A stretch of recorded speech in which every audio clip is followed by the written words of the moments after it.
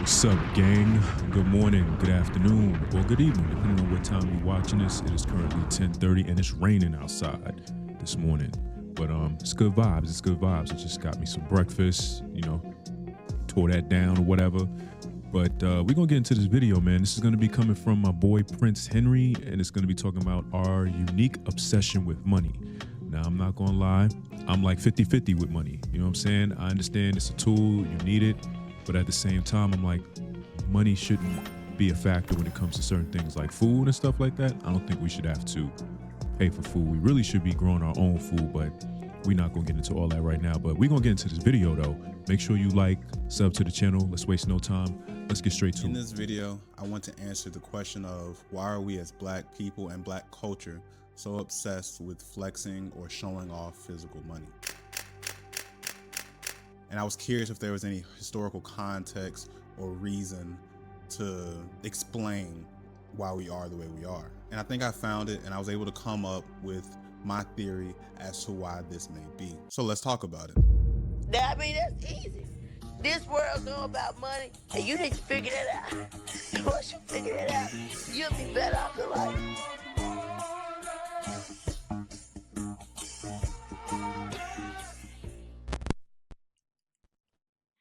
Money runs the world.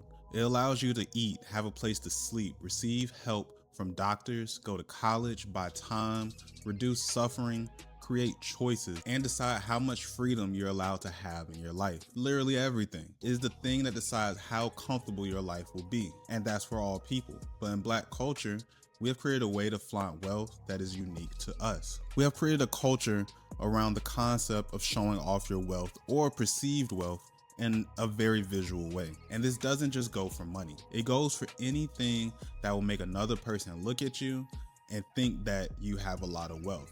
Whether it's clothing, shoes, cars, jewelry, a big house, expensive trips, etc. Basically anything that shows people you got it like that. Even if some people don't actually have it like that, it doesn't matter. It's just the look of it all. Because most people won't know your personal financial situation. So it's just all about the look and perception of it all. And money is just a part of the things you can show off that gives someone the look of riches and success. And we have honestly perfected all the ways you can flex physical money to the point it has really become an art form. We got money phones where you get a stack of money and put it to your ear like you're on the phone. We got spreads where you fan out a stack of money showing the denomination of your bills in your stack, usually to show people that it's all $100 bills and not one. It's probably prop the money. art of spreading has evolved from just a simple spread to all these different creative ways to spread money in the air or on your body, with rappers like Kodak Black popularizing spreading money across his body, and with other people popularizing the different ways you can spread money in the air. You ain't gonna stretch it though. You ain't gonna stretch it though. You ain't gonna stretch it though. You ain't gonna get in there. Yeah. Sorry. Yeah. Let's go for it. Oh, okay. I ain't gonna lie, it's kind of cool to see. It's like a magic trick almost. I'm not gonna lie. Okay. Oh, he fancy. Yeah. He done did that before. That wasn't Vegas. He done did that before. We got people making art with money, with rappers like Hot Boy posting a picture on socials of him making a woman out of money and it going viral. That's one thing I could say about us as so-called Black people. I mean, we are real true artists. I mean, we make anything out of art. That's one thing I will give us. But yeah, just wanted to throw that out there. Also a trend that happened around 2021 where people would make a word or a sentence with all money and then take a picture standing in front of it or laying on the ground with it and post it on social media. We even have bouquets made out of money to celebrate birthdays or special events. And sticking with birthdays, we even have a thing in our culture where when it's your birthday, you would wear a ribbon or a sash that had money pinned to it. And last but not least, we have a whole concept of ways to throw money at the strip club with things like making it rain. We have basically created a culture and identity around showing off physical money in the most creative ways. And hear me out, I'm not trying to sit up on no high horse or anything. I've taken part in trying to show off as well, but this is just an analysis of our culture. Now, before you get in the comments to tell me how all races and cultures of people flaunt their wealth, that is true, but that's not exactly what I'm talking about. I'm aware that all races and cultures have their own ways of showing off wealth, with some being very visual and some being hidden or discreet. I mention this because I know a lot of people like to hate or talk bad about black people who like to show off their wealth and make it seem like black people is just so dumb with their money and all that. Like, that's not what I'm here trying to do. This is just an analysis of our culture. Because I understand when black people show off wealth, a lot of times it's connected to the concept of new money, which means a person who has garnered a lot of money or more money than they had before for the first time, which means they're new to having a lot of money. And a lot is subject to each individual's like personal life experience. And when someone is new to having a lot of money for the first time, they can feel an urge to make it visible and known to everyone that they now got money. That instinct shows up across every race and culture. We see it with athletes, entertainers, tech founders, lottery winners. Basically any group that goes from not having to having quickly will have the urge to show it off, as I will explain why later on in the video. But when it comes to parts of black culture, we are very visual and creative with our ways of showing off money. And I was curious as to why. Because I look at the world as a cause and effect when it comes to everything. Because we are who we are based on our past generations of families and societies. And when it comes to black people in America, we have a history that is unique to us, which I believe can explain the phenomenon with our obsession with flexing physical money the way we do in our culture.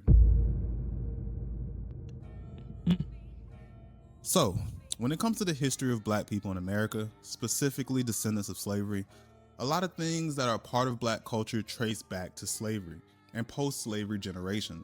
It is just because the way culture is formed and created. Culture is basically created when groups of people live under shared conditions and repeat behaviors for generation after generation. Those repeated behaviors become tradition, and tradition becoming normalized is what we later would label as culture. An example to make this clear, let's take a look at an analogy. Imagine there's a large open field with no paths, but you need to get to the other side of the field. At first, people will walk in different directions, but over time, most people will take the same route because it's the safest, fastest, or most practical way to get to where you need to go. After enough people walk that same route day after day, year after year, a dirt path will eventually begin to form. Eventually, that grass will disappear on the trail and the path will become more obvious. And at this point, no one will question why the path is there anymore. People don't even think about it. They just follow it. That's exactly how culture is created. The path is created through repeated patterns similar to culture. So when it comes to black culture, we're often looking at traditions or cultural patterns that was passed down, creating paths that can be traced back to slavery and post-slavery systems.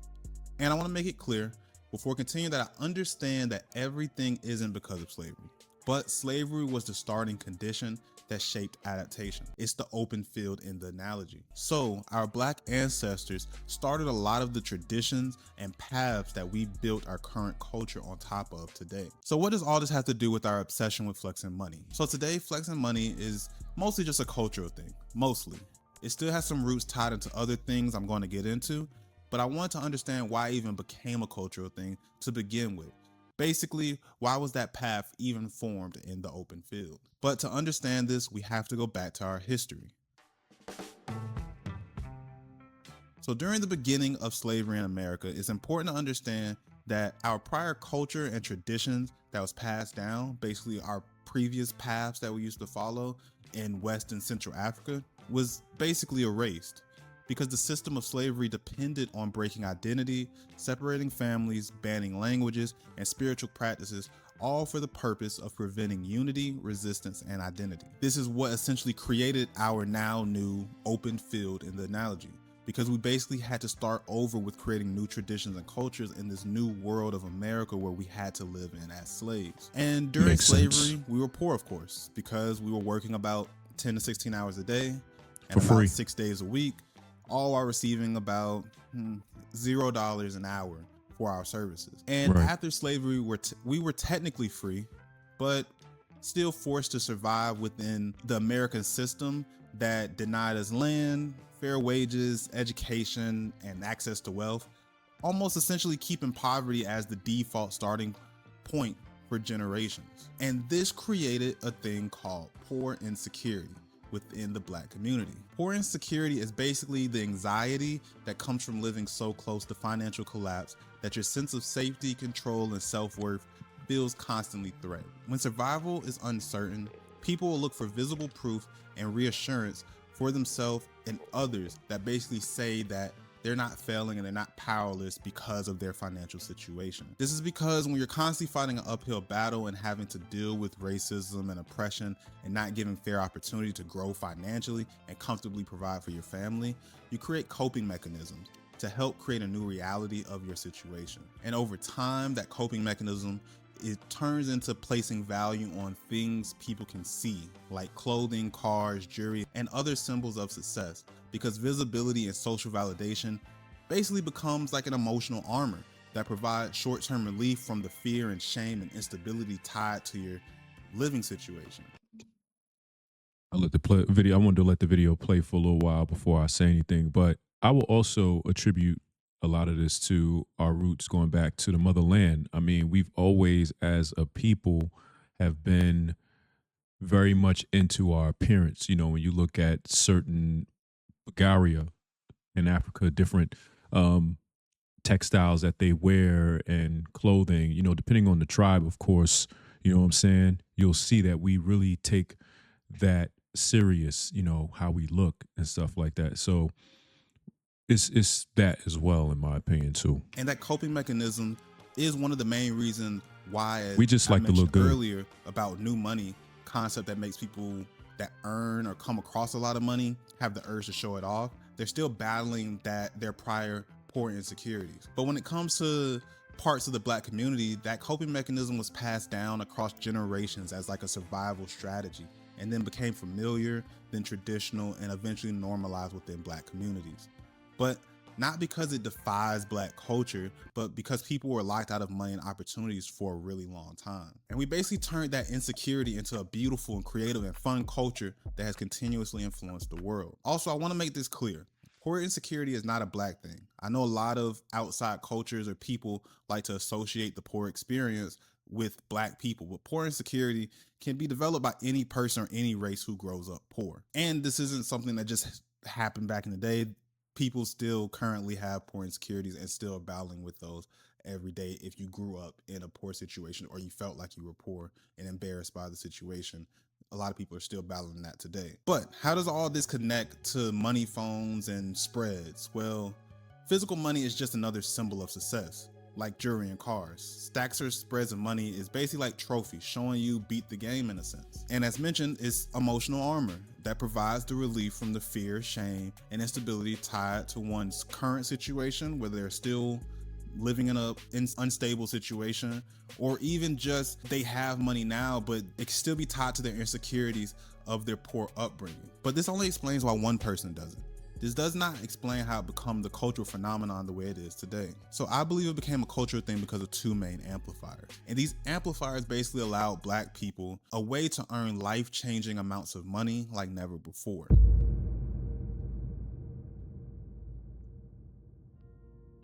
So, what are those two amplifiers? First, we have the rise of the drug entrepreneurs in the late 1960s, or as most people like to call them, drug dealers. Drug dealers are important because they were one of the major inspirations in the Black culture, because a lot of them had the rags to riches stories, meaning they came from poor families or situations, and through their business of selling drugs, they were able to accumulate large sums of money. And with their business being illegal, this meant that most didn't put their money in banks.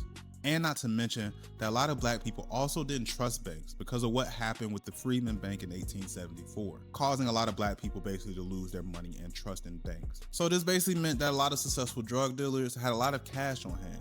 And this became one of the moments where having stacks of money in your possession became a symbol of success and that you made it out of your prior situation. And these successful drug dealers went on to inspire Black culture for many years and generations in the ways on how they showed off that they had money. But a lot of their lifestyle aesthetics was only known within the culture through word of mouth or through seeing the things they purchased. And a lot of their lifestyle wasn't documented at the time. Like, they weren't on no Forbes list or anything like that because their work was illegal, but their lifestyle was still influential to the Black community. And now we get to the second amplifier, and I'm sure y'all probably can guess it, which is the creation and evolution of hip hop. Paper, you understand me? Little Floyd showed him a big bag of money when he's out there in Vegas gambling.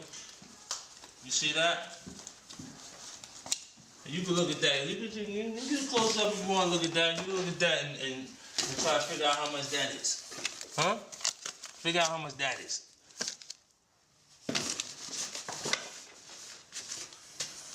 A stash, nigga. This is a stash. You see what I'm saying? I'm telling you that other shit. If your shit funny, can fit in man. a night box, it ain't enough. You know what I'm saying? Get your weight up. So, hip hop has a lot of influence from the drug dealer culture and their lifestyle aesthetics when it comes to how you show people you are getting money now. So, when rappers started getting a lot of money from the rap music, you'll start to see the evolution of the ways rappers showed off that they had money. And it didn't start off with showing off stacks of cash when it came to like music videos and such. Because you gotta remember, before social media, there was only a couple ways to engage with your favorite rapper to basically get a glimpse of their lifestyle as a famous rapper, which was usually through, obviously, the music, of course, music videos, concerts, award shows, and magazines. And as technology improved, we also started getting things like blogs and then social media, which allowed the fans to have more access to the artist's lifestyle. And I'm not saying early rappers didn't talk a lot about money in their music, but what I am saying is a lot of them didn't hear it show as off much, stacks though. of money when it came to the music videos and those other platforms you would engage to see the artist at that time. During that time, a lot of rappers, it just started with clothes and jewelry and other symbols of success like cars and such. But then as hip hop grew and artists started making the most money they ever have from hip hop, and as technology grew, giving fans more ways to see the artist, we also started to see the most money start to get flexed and showed off. Woo. Yeah, man. Whole lot of reps, man. Whole lot of jumping jacks. You niggas want to work out, you muscles, you big muscle motherfucker, you know what I'm saying? What you gonna do when it's time to pay your bills? You gonna hit the gym then?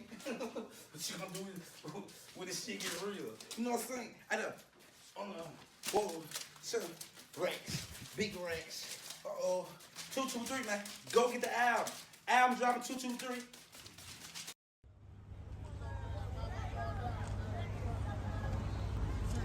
On behalf of Emily CMG, man, you deserve this shit, baby. You know what I'm saying, man? Oh. You know what I'm saying? Count that up, man. Tell me, add that up. I'll just be wondering where they be getting all this money from. Like, I mean, do y'all just go from bank to bank, you bank hop and just take out a certain amount of money and then you, like, where do y'all be getting this money like this though? Like, it just gets me to believe that a lot of this might be prop money because ain't no way. I'm just saying. You deserve whatever it is, you deserve it, man. Blues. Blues. Blues Brothers. Damn. 1.5 to be exact. What that is, cuz? What that is, cuz? Hey, cuz, what that is, cuz? Nigga, 1.5 million, nigga. 1.5. What that is, cuz? Yeah, 1.5 to be exact. Let me get out the car with this, man. That's the speaker, man. You heard me? That's the speaker. That's the speaker. It's just so amazing to me because even in death, these presidents are still being broadcast and advertised. Like, we definitely do a great job at advertising, you know what I'm saying? And it just makes you wonder if we probably would do just as much flaunting, if not more, if people on the United States dollars actually, you know, look like us. Like if we have Frederick Douglass on there or like a Harriet Tubman, things like that, you know, we probably would do way more flaunting. But it's just amazing that we do just as much with the way the money looks right now. Next year, just go. And this was big because, as I mentioned, a lot of drug dealers are already living this lifestyle, like the lifestyle of the rapper, in the sense of having, like, you know, they had a little local fame, having a lot of money, having jewelry and cars and all that stuff.